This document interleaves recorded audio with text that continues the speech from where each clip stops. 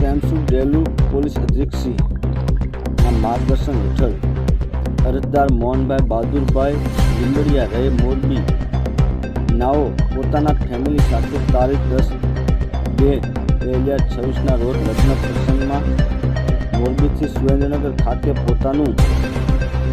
GJ13EL 7478 વાળું લઈ આવેલ હોય અને લગ્ન પ્રસંગમાં પહેરવા સારું નવા કપડાં ભરેલ બેગ જવાહર ચોકથી પતરાવાળી વચ્ચે પડી ગયેલ હોય જે બાબતની અંતરે નેત્રમ ખાતે જાણ કરતા